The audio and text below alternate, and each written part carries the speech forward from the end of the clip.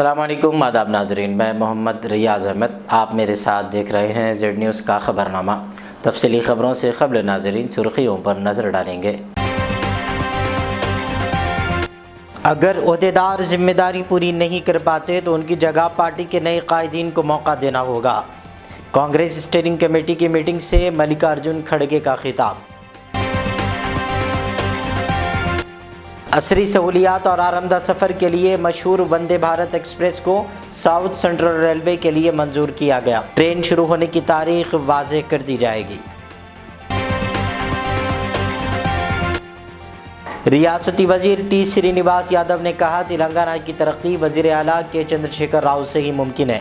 تلنگانہ واحد ریاست ہے جو تمام شعبوں کو 24 گھنٹے بجلی فراہم کرتی ہے۔ تھائی لینڈ کی طالبہ پر جنسی حملے کے الزام میں گرفتار یونیورسٹی آف حیدرآباد کے پروفیسر کو 14 دنوں کے لیے پولیس ریمانڈ میں بھیج دیا گیا۔ کانگریس صدر ملکارجن کھڑگے نے اتوار کو کہا، پارٹی کے ہر عہدیدار اور لیڈر کو ذمہ داری کے ساتھ عوامی خدمت کے ذریعے اپنے کردار کو ادا کرنے اور مودی حکومت سے تنگ ہر شخص کے ساتھ کھڑا ہونا ہوگا، اور احساس خدمت کی اسی سپردگی کے زور پر پارٹی کو اقتدار میں لایا جا سکتا ہے۔ کھڑگے نے آج یہاں کانگریس اسٹیئرنگ کمیٹی کی میٹنگ سے خطاب کرتے ہوئے کہا ہے کہ اگر کچھ ساتھی یہ سمجھتے ہیں کہ ذمہ داریوں کو نظر انداز کیا جا سکتا ہے تو یہ ان کی بھول ہوگی اور اسے قبول نہیں کیا جا سکتا۔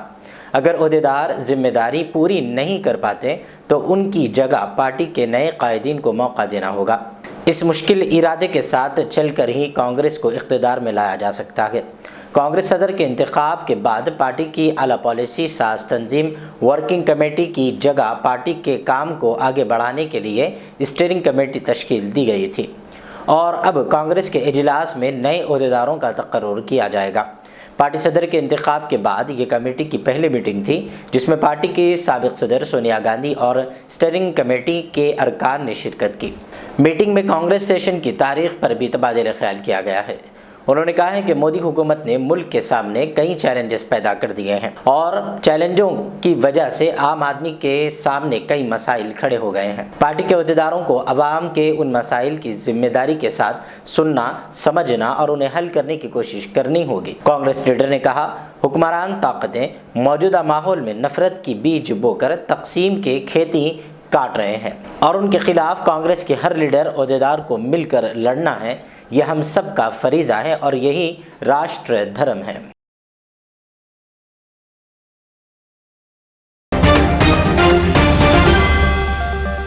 ریاست تلنگانہ کے وزیر انفارمیشن ٹیکنالوجی کے تارک راما راؤ نے ضلع رنگا ریڈی کے کلکٹر امبے کمار اور زونل کمشنر بلدیہ وی ممتا کو ہدایت دی ہے کہ وہ کوکٹ پلی RTO آفس کے قریب جھیل کے علاقوں کا معائنہ کریں اور اس پر مبینہ قبضوں کی تفصیلی رپورٹ پیش کریں۔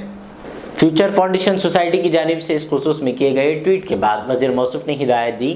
سوسائٹی نے اپنے اس ٹویٹ میں کہا کہ یہ جھیل غائب ہو گئی ہے اور اس پر غیر مجاز قبضے کیے گئے ہیں۔ اس ٹویٹ پر مزید کہا گیا ہے کہ اس جھیل میں کبھی پرندے آتے تھے، تاہم اس پر غیر مجاز قبضے کیے گئے اور رات میں ہی کام کیا جا رہا ہے۔ عہدیدار اس کو نظر انداز کر رہے ہیں۔ وزیر موصوف نے اس سلسلے میں کارروائی کرنے کی خواہش کی ہے۔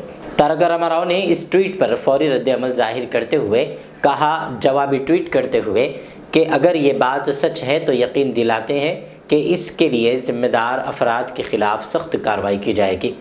دوسری طرف بلدی عہدیداروں کا کہنا ہے کہ یہ جھیل نہیں بلکہ ماضی میں کھودا گیا گڑھا تھا۔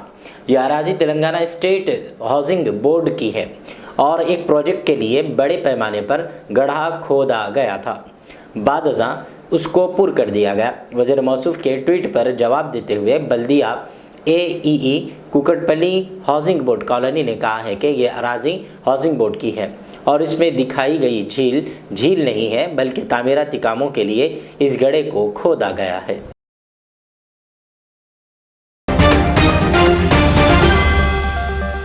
تلنگانہ کی حکمران جماعت TRS کی رکن قانون ساز کونسل کے کویتا نے اتوار کی صبح کیمپ آفس پرگتی بھون میں اپنے والد وزیر اعلیٰ کے چندرشیکھر راؤ سے ملاقات کی۔ کویتا کو CBI نے دہلی شراب اسکیم کے معاملے میں پوچھ تاچھ کے لیے